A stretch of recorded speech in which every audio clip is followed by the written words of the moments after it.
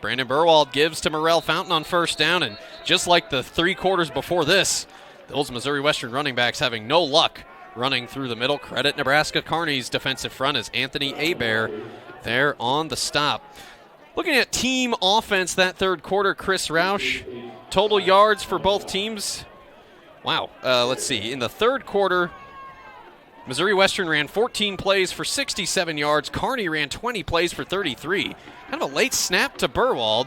Has to roll to his left, avoids the rush, and he's got open space on the far side of the 35. Rushed out just before the first down.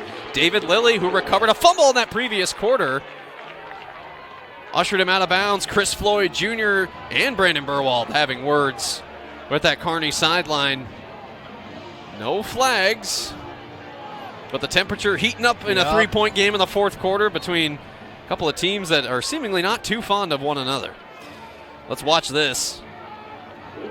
Well, no late hit. Yeah, Floyd got wrapped up with Jovan Marsh, the safety, and then Burwald getting an earful from the Kearney bench, and Burwald giving it back. No love lost here. 3rd and 2 for Western from the Kearney 33. Whistles before the snap. Another delay of game. Missouri Western's been called on a delay of game thrice in this game. Timeout. Missouri Western, their first of the half. And to prevent it from happening for a 4th time, it's Tyler Fenwick who now has to spend a timeout. Both teams being forced to spend a timeout sooner than they'd like here in the second half. Both teams have only 2 timeouts left. Just 1 minute gone by in this fourth quarter. Missouri Western 17, Kearney 14. Well, Missouri Western in this fourth quarter driving into the wind. It'd be a 50-yard field goal from this spot should they not be able to convert on third down. And statistically, the odds of that aren't the odds of Missouri Western converting not in their favor. The Griffins are just 1 of 6 on third down in this game. As we watch back some of the highlights from this game today, Reagan Jones scoring his first of 2 all-purpose touchdowns today. Ison Robinson on a 4th and goal on a fullback trap. That gave Western the lead. The equalizer came from Reagan Jones with 2:40 to go in the second quarter. The big-time touchdown throw to Stephen Lewis from 25 yards out. But then after that, it was Cody Watson's field goal right before the end of the half with a minute 32, 17-14. So a minute 32 left in the second. That's the last time we had a score in this game. And it's interesting, too, that I think about it, that the delay of game penalty has been when the Griffins have been driving this way toward basically where the sun is kind of blocking the play clock a little bit. And the Griffins convert on the 3rd and short. 2 wideouts each way. Burwald back to throw. Kearney sends the house. Burwald finds Bennett open at the sticks, past the sticks, and a first down. Bennett makes the catch and then gets flattened by Anthony Hebert. But Jonas has the first down to the 29-yard line, pickup of just 4 yards, but that's satisfying if you're Missouri Western, just the second third down conversion all day long. Jonas Bennett, 5 grabs for 79 yards. He's had a minimum 115 receiving yards each of the last 3 games. Could very well get to over 100. Still very much time left to go in this one. Trips left, 1 receiver right. The one on the right is James. Low snap to Burwald. Pressure comes, gets rid of it, dumps it off. There's Chris Floyd Jr. Slips through an arm tackle and into the red zone at the 15-yard line. Pick up a 14 yards. Second catch of the day for Floyd. Penalty markers down in the backfield. More chirping, more pushing and shoving. And what is this going to be? Yeah, I think it's going to be against Missouri Western on this one. The way Nebraska Kearney's reacting. And so many times today you watch a play develop downfield and then you look back at the line and, oh, there's laundry. Oh, there's smack talk. After the play, unsportsmanlike conduct, number 72 for Missouri Western. Be a 15-yard penalty, first down. That's his first toward disqualification. So it'll still be a first down for Missouri Western, but Braden Wycliffe, the left guard, called on the extracurriculars. Wycliffe, the first-year starter, the sophomore of Goddard, Kansas. That's a Missouri Western offensive line with 4 new starters on it this year. All MIAA center James Lucio, the lone returning starter on that line. So guys like Braden Wycliffe, Joe Turner, Quentin Garrett, Connor Holtz, they're great. I mean, they're athletically gifted. Missouri Western's only given up 8 sacks this year, fewest in the league, but there have been moments like that this year that have cropped up, moments of immaturity, growing pains for first-year starters on that offensive line. Here's Ricky Dunn on the carry. Haven't seen him for a while, and Kearney was ready for him. Fired up there was Q Felton. Takes Dunn, the redshirt freshman, down in the backfield for a loss. That's a tough penalty because now if you're Missouri Western, you were at least looking at reasonable field goal range, and now you're right on the edge of field goal range going into a breeze from the Kearney 32-yard line. It feels like in the second half, Missouri Western in particular has spent so much time on the Kearney side of the field and has yet had nothing to show for it up to this point. Losing a fumble inside the 5 on 1st and goal will do that. Turnover on downs will do it too. And both of those happened to Western in the third quarter. Trips right for Burwald on 2nd and 12. 3-step drop. Buys time, rolling right. Wide open is Tyler Carey to the 20. Crosses the 15. Still moving to the 10. And finally, his progress is whistled down. Carey never did hit the turf.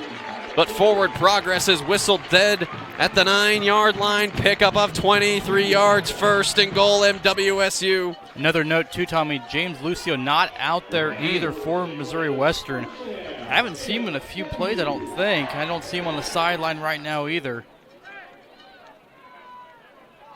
Great point. The center for Western is now Connor Holt. Lucio missed a game earlier this season with injury. Whistles at the snap. Don't see, yeah, it could be a timeout. Nebraska Kearney takes her second Wow. timeout of the half. Well, Kearney clearly saw something they didn't like, so the Lopers spend their second timeout of the second half with 11:31 to go in the fourth quarter. Missouri Western knocking on the door, 1st and goal at the 9. This is just a 30-second timeout. I don't even see Lucio out there even in the huddle on the field right now with all the other linemen either. Saw him on the sideline earlier, maybe a little hobbled, but couldn't really tell, but haven't seen him in a minute out here either. Well, Connor Holt's taken over at center, therefore Keegan Daniels has come in at right guard for Missouri Western. Well, the Griffins, this drive sparked thanks to a 21-yard punt return by Jonas Bennett, who's had himself a day once again. Griffins, this will be the 7th play of the drive, a drive that started from the Nebraska Kearney 41-yard line. Tommy, you mentioned a pretty young offensive line. If Lucio's not out there either, it gets very young as an offensive line for the most part here. Well, yeah, Keegan Daniels, who comes in at right guard, he's a redshirt freshman. And then Connor Holt taking over the center duties. He just a sophomore from Festus, Missouri. Quentin Garrett, just a sophomore on the left tackle spot. Braden Wycliffe, a sophomore at right guard. 1st and goal Western, tight formation. Haggerty, a tight end, along with Trey James, Jonas Bennett right side. Chris Floyd alone on the left. Burwald gives to Jaden Williams. At least positive yards. Williams kind of backing his way down. Still not down, is pushing him back, Parker Weiss. Griffins get a couple there. It'll be 2nd down and goal. We can call it a gain of 3. I'm going to go ahead and state the obvious here, but the Griffins need points on this drive. A, to get a bigger lead, but B, how good the defense is playing here in the second half, too. Yes. They haven't allowed Nebraska Kearney and Reagan Jones in offense to do much of anything in the second half. You get a touchdown here, you get it to a 10-point lead, you feel a little bit better for how well the defense has been playing so far. Conversely, if you're Kearney, holding them to a 3 would be best case scenario. Keep this to within a 6-point game. Burwald back to throw. Wide open carry inside the 5. Reaches, stretches. Touchdown, Missouri Western. Anthony Hebert provided the hit, but Tyler Carey will have his 7th receiving touchdown of the 2024 season. And Missouri Western does go up 2 possessions here in the fourth quarter at 23-14. And the route that Carey ran there, he went about 4 or 5 yards, and he spun backward inside, as you'll potentially see on the replay here in a second as well. But he spun back inside. No one was there with him. And then he gets the ball, extends it across the goal line.